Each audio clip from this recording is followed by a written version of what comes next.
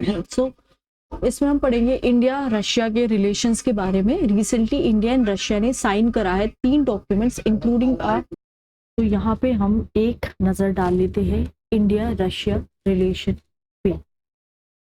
पहले देख लेते कंट्री के बारे में, थोड़ा सा देखते हैं। रशिया की कंट्री मॉस्को है and this is the map of the Russia. It is surrounded by Finland, Ukraine, Kazakhstan, Mongolia and United States. And we can see that this is the Arctic Ocean. ये यहाँ पे पड़ता है हमारा Arctic Ocean. Okay, so recently India and Russia ने sign की है 3 documents including a protocol on consultation during the external affair ministers official visit to Russia इन दिसंबर 2023। यहाँ पे एक प्रोटोकॉल ऑन कंसल्टेशन साइन हुआ है। मेजर एरियाज क्या है इंडिया रशिया कोऑपरेशन के और इसके सिग्निफिकेंस क्या है। पॉलिटिकल अगर हम सिग्निफिकेंस की बात करें तो strategic partnership was elevated to a level of special and privileged strategic partnership in 2010. Inaugural देखिए 2+2 dialogue chaired by defense ministers and foreign minister was held in December 2021. Russia एक मेजर सप्लायर है defence item की। bilateral projects include the supply of S-40 license, production of T-90 tanks and Su-30 MKL, production of AK-203 rifle in India and BrahMos missile among others. So political boundaries देखते हैं। पहले आते हैं maritime boundary. Russia is bounded to the north and east by the Arctic and Pacific Ocean. ये 2 ocean यहाँ पे इसकी boundary में पड़ते हैं। तो यहाँ पे आर्कटिक ओशन है जो कि नॉर्थ की तरफ है और ईस्ट में इसके पड़ता है Pacific Ocean. It has small frontages in the north west on the Baltic Sea at Saint Petersburg and at the detached Russian oblast region of Kaliningrad, which also abuts Poland and Lithuania. इसके neighbour की अगर हम बात करें तो इसो neighbour में है। अगर हम रशिया के साउथ में देखें तो यहाँ पे नॉर्थ कोरिया आ जाता है, चाइना आ जाता है, Mongolia, Kazakhstan, Azerbaijan and Georgia. और साउथ वेस्ट की अगर हम बात करें and west it borders Ukraine, Belarus, Latvia and Estonia as well as Finland and Norway। ये आता है साउथ वेस्ट में। दूसरे की फैक्ट्स है रशिया का मैक्सिमम ईस्ट वेस्ट एक्सटेंट है। Russia also is home to the world's deepest lake Baikal. Baikal जो डीपेस्ट लेक है वो रशिया में है एंड द हाईएस्ट पॉइंट यहाँ पे है mount Elbrus. So cooperation is guided by the agreement on the program for military technical cooperation 2021 से 2031 के लिए। INDRA as a tri service bilateral military exercise space cooperation Russia ने support किया है India के स्पेस प्रोग्राम को बहुत पुराने टाइम से। Example Russia is supporting India's first मेन्ड space mission Gaganyaan.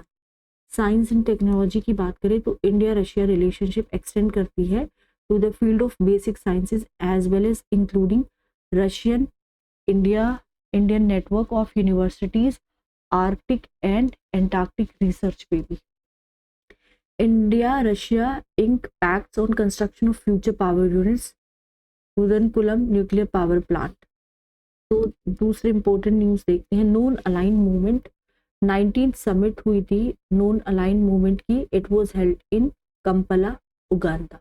Non aligned movement होता क्या है, थीम क्या थी समिट की? Deepening cooperation for shared global affluence. Kampala declaration it was adopted at the summit. South Sudan became the new member 121 of the NAM. Non aligned movement का South Sudan यहाँ पे member बना है।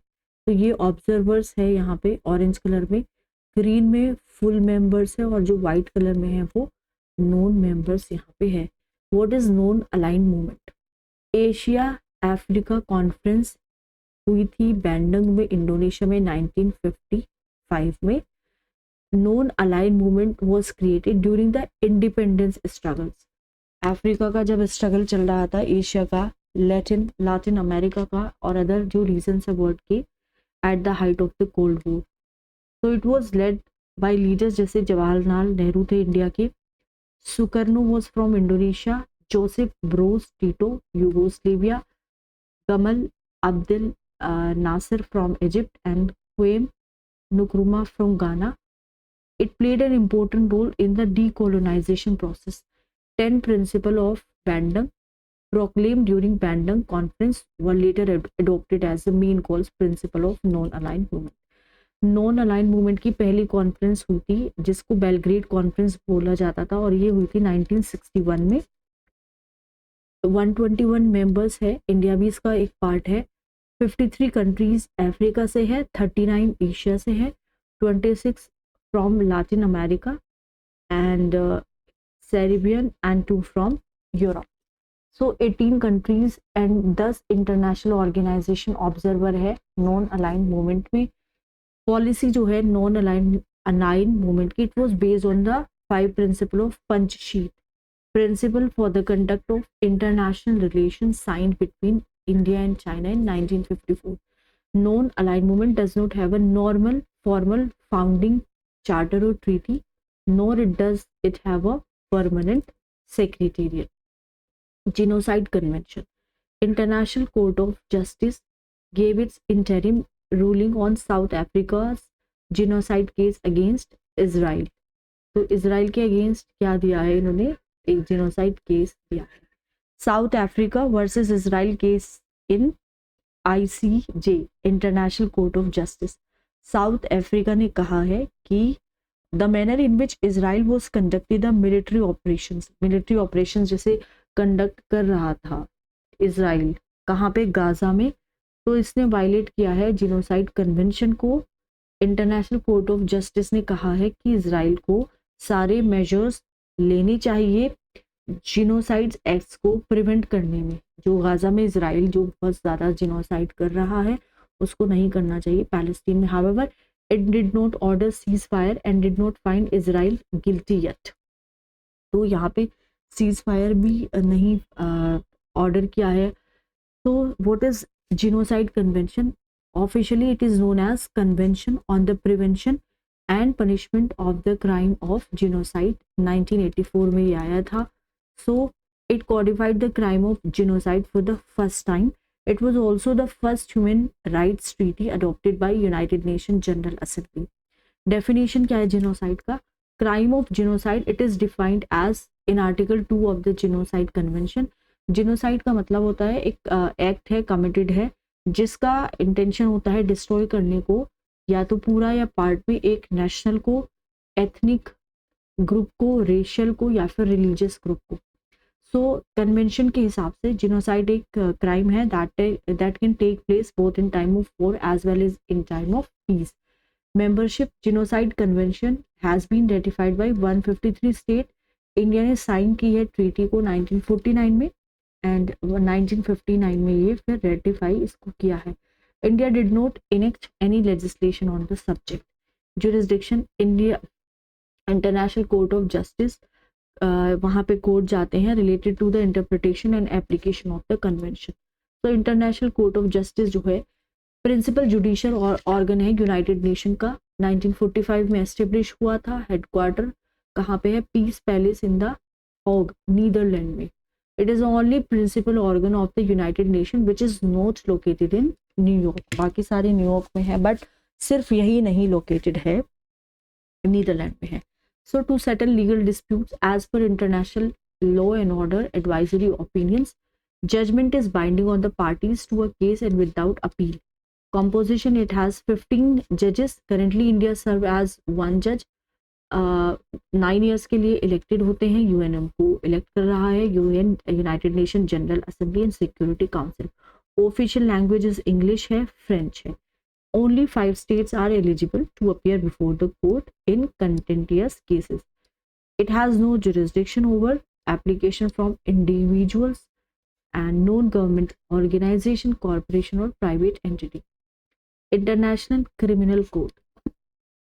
It was established by Rome Statute of the International Criminal Court 1998. Netherlands में headquarter है। It is an international court जो investigate करता है, प्रोसिक्यूट करता है इंडिविजुअल्स को। Those are accused of serious international crime जैसे genocide, crime against humanity, war crimes and aggression. 123 countries इसका मेंबर है, are party to Rome statute. India इसका मेंबर नहीं है। इसका जो जजमेंट है वो फाइनल है, without appeal and binding upon the parties concern. Court does not have its own police force and relies on the state cooperation to arrest and surrender of suspects.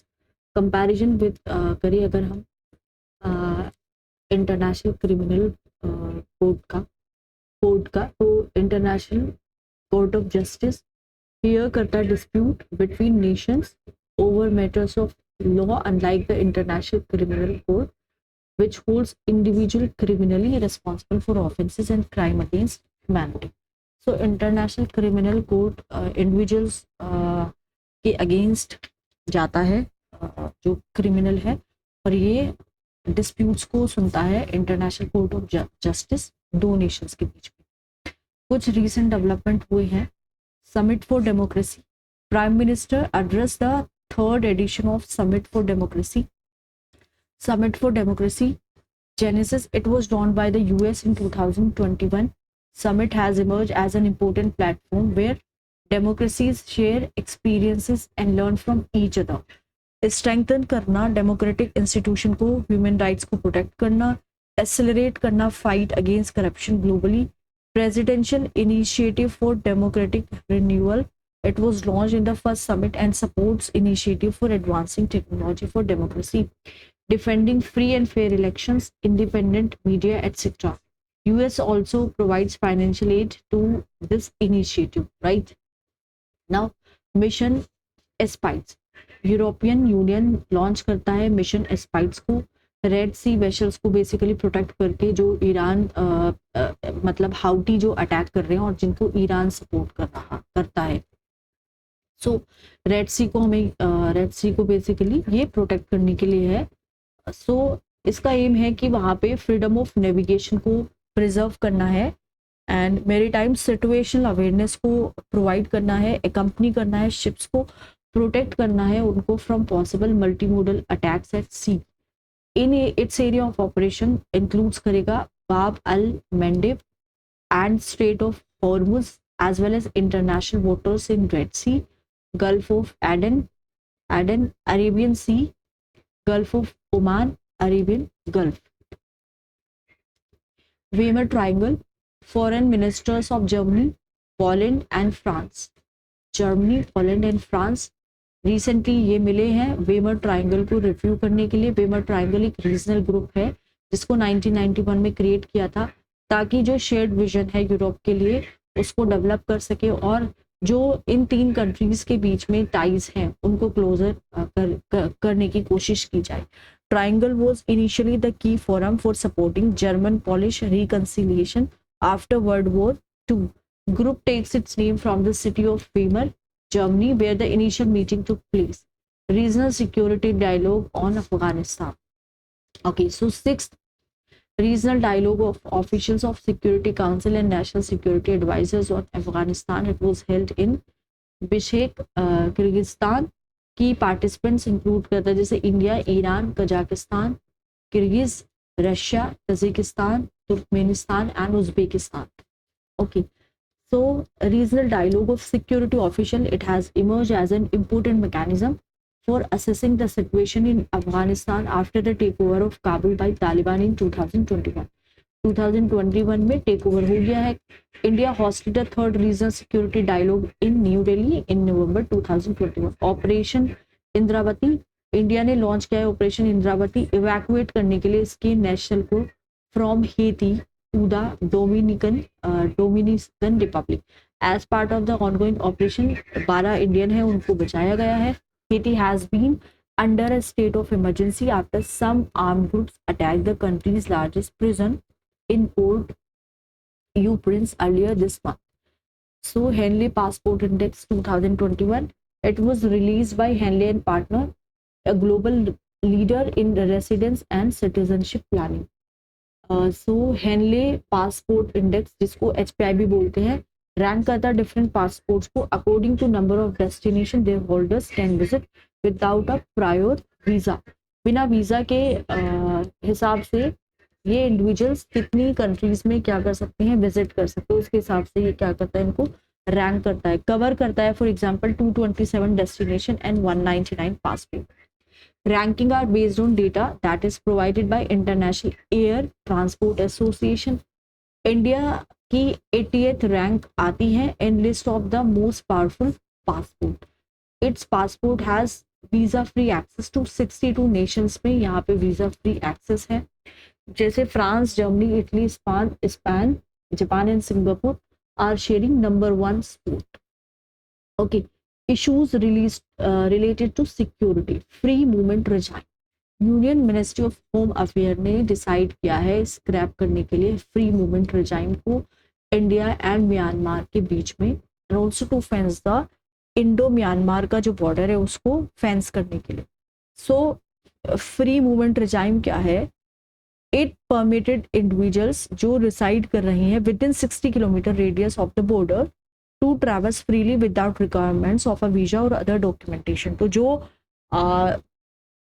Individuals हैं जो radius के 16 kilometre तक reside कर रही हैं, वो border के across travel कर सकते हैं। इसको ना 2018 में फॉर्मलाइज किया गया था as part of India's act east policy. So free movement regime की नीड क्यों पड़ी? Strong ethnic and family ties बनाने के लिए across the border. It was vital for the sustenance of local livelihoods. So this Myanmar capital इसके नाइपीटॉ, land borders इसका है China के साथ नॉर्थ एंड नॉर्थ ईस्ट में, उसके बाद लाओस के साथ ईस्ट में, थाईलैंड के साथ नॉर्थ ईस्ट में, बांग्लादेश के साथ वेस्ट में, एंड इंडिया के साथ इसका नॉर्थ वेस्ट में। Maritime boundaries Andaman Sea and Bay of Bengal to south and south west. Water bodies जैसे Irrawaddy rises and flows wholly within Myanmar and Salween जो चाइना में यहाँ पे राइज करता है। रीजन क्या है for scrapping free movement regime? Uncontrol immigration हो रहा है चीन पीपल का Chin people from Myanmar. Meitei community basically attribute किया उसने tension to the perceived illegal migration of tribal Kuki Chin communities, exodus of junta soldiers seeking sanctuary in Mizoram which has serious security implications. एक UN office on drugs and crime ने एक report दी है linked Myanmar political turmoil under military junta to surge in flow of narcotics in the region. इस region में क्या हो रहा है? नार्कोटिक्स का फ्लो भी हो रहा है। सो मूवीज एम टू इंश्योर कि यहाँ पे इंटरनल सिक्योरिटी हो कंट्री की, मेंटेन करें हम डेमोग्राफिक स्ट्रक्चर को। इंडिया का जो नॉर्थ ईस्टर्न स्टेट है जो म्यांमार के साथ जिसका बॉर्डर है, इंडिया म्यांमार के रिलेशन पे एक झलक देख लेते हैं। Bilateral investment promotion agreement BIPA and double taxation avoidance agreement sign हुआ था 2008 में। Cooperation under Kaladan multi modal project, India Myanmar Thailand trilateral highway, दोनों कंट्रीज मेंबर है बिम्स्टेक का एंड मेकोंग गंगा कॉपरेशन का। म्यांमार को एक स्टेटस दिया गया था observer in SAARC in 2008। Joint military exercise named India Myanmar bilateral army exercise. तो grey zone warfare, let's talk about it. India's Chief of Defence Staff highlighted issue of grey zone warfare during the discussion over informal wars at the 9th edition of Raisina Dialogue. So, Chief of Defence Staff said that this is being used in South China Sea along India's northern border. Reports के हिसाब से China grey zone warfare tactics को use कर रहा है Taiwan के against,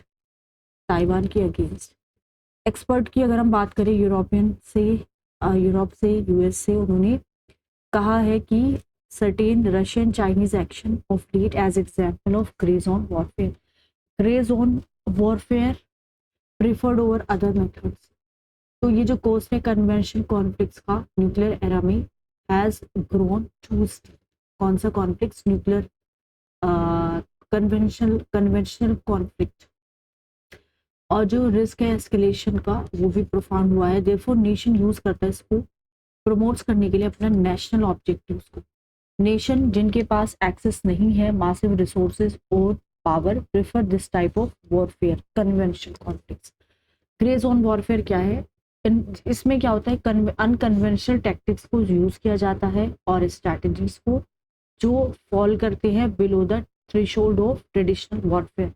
M क्या है? हार्म करना है एडवर्सरी को विदाउट देम फीलिंग थ्रेटन्ड और realising they are under attack.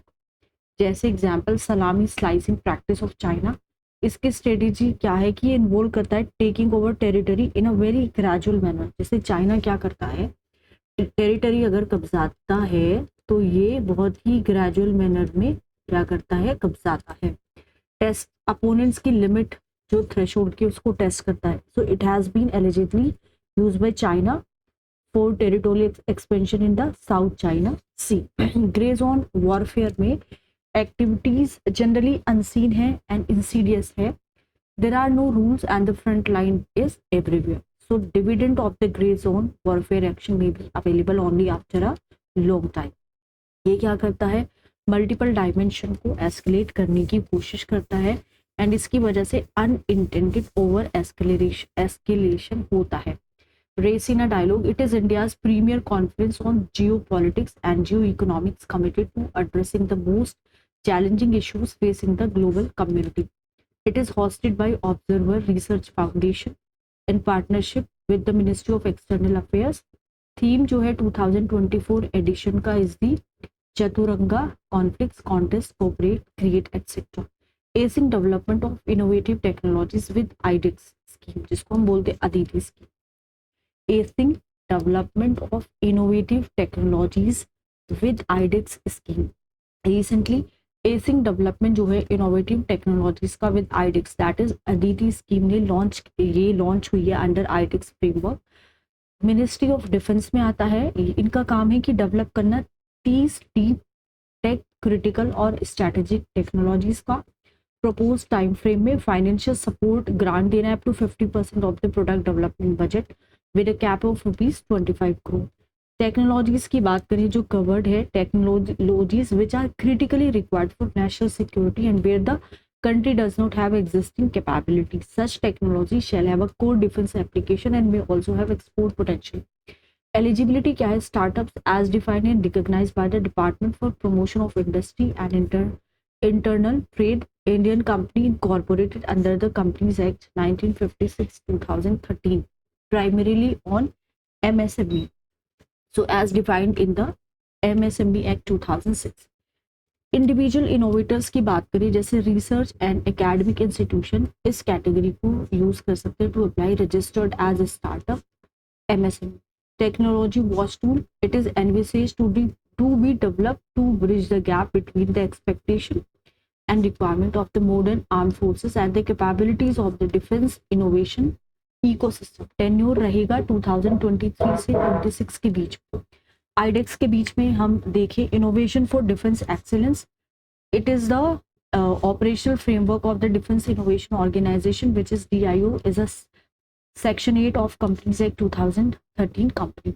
It is formed jointly by Hindustan Aeronautics Limited and Bharat Electronics Limited. Provides करता है विनर स्टार्टअप इंडिविजुअल्स को of the defence India startup challenge और 1.5 crore rupees तक funding देता है। Depend करता है upon the costing of the project and matching contribution. So to motivate young innovator iDEX was expanded to iDEX prime with the assistance increasing from rupees जैसे 1.5 करोड़ से 10 करोड़ तक का असिस्टेंट उन्होंने इंक्रीज कर दिया है। सो डिफेंस इंडस्ट्रियल कॉरिडोर, पहला private sector facility for the manufacture of ammunition and missile operant Kanpur. पहला ये प्राइवेट सेक्टर है, प्राइवेट सेक्टर फैसिलिटीज है जो मिसाइल को क्या करेगा, मैन्युफैक्चर करेगा। So it is open in DICs of UP. Other defence corridor एक हमारा तमिलनाडु में है और ये जो हमारा कानपुर में है। Defence industry sector it was open up to 100% for Indian private sector participation in 2001। So कुछ गवर्नमेंट ने स्टेप लिए थे जिससे वो क्या करता है, इंडिजिनस डिफेंस प्रोडक्शन को प्रमोट कर रहा है। Priority to the procurement of capital items from domestic sources under defence acquisition procedure 2020। Liberalisation of FDI which is foreign direct investment policy, जिसकी वजह से 74% जो एफडीआई है under automatic route, launch of the innovations for defense excellence scheme and Srijan portal. It is a portal which facilitate indigenization by Indian industry including MSM. So important development क्या क्या हुआ cyber security में, citizen financial cyber fraud reporting and management system, citizen financial cyber fraud reporting and management system ने 1.1 million financial cyber fraud cases को register किया है 23 में. So citizen financial cyber fraud reporting and management system has been set up under the Indian Cyber Crime Coordination Center I4C. Indian Cyber Crime Coordination Center immediate reporting के लिए जो अगर किसी के साथ फाइनेंशियल फ्रॉड्स हो and to stop siphoning of funds by the fraudsters. So I4C has been established, ministry of home affairs ने इसको एस्टेब्लिश किया है ताकि एक इकोसिस्टम मिल जाए लॉ एनफोर्समेंट एजेंसी के लिए साइबर क्राइम के साथ डील करने के लिए और एक नोडल पॉइंट की तरह वो काम कर सके. Financial cyber frauds are intentional है, इलीगल एक्ट्स ऑफ डिसेप्शन है और डिप्राइव करता है someone of their money using the digital means. So these involve debit card, credit card frauds, internet banking and UPI related funds and ransomware attacks. Digital criminal case management system platform ministry of home affairs ने launch किया है. Unique digital criminal case management system platform newly developed digital criminal case management system है. It was design by national investigation agency जिसको NIA बोलते हैं. User friendly है, easy to deploy है, customisable है, ब्राउजर बेस्ड सॉफ्टवेयर है जो help करते हैं स्टेट पुलिस फोर्सेस को इन्वेस्टिगेशन में एंड प्रोसिक्यूशन में. Additionally ministry of home affairs ने लॉन्च की है संकलन ऐप, एक कंपेंडियम है of new criminal laws by national records crime records bureau. So it is design for navigating through new criminal laws as a bridge between old and new criminal laws. ये offline mode में भी काम करेगा as well as its availability has been ensured in far-flung areas. Juice jacking. RBI warned users against charging mobile phone using public ports amidst the rising incidence of juice jacking. Juice jacking क्या है? Cyber attack है जहाँ पे hacker load करता है malware with public USB charging station to maliciously access electronic devices. ये device को lock कर सकता है, एक्सपोर्ट कर सकता है पर्सनल डेटा को, पासवर्ड को, साइबर क्रिमिनल्स को. And these kind of attacks are mainly reported from public spaces such as जैसे एयरपोर्ट्स है, होटल्स हैं एंड शॉपिंग सेंटर्स हैं.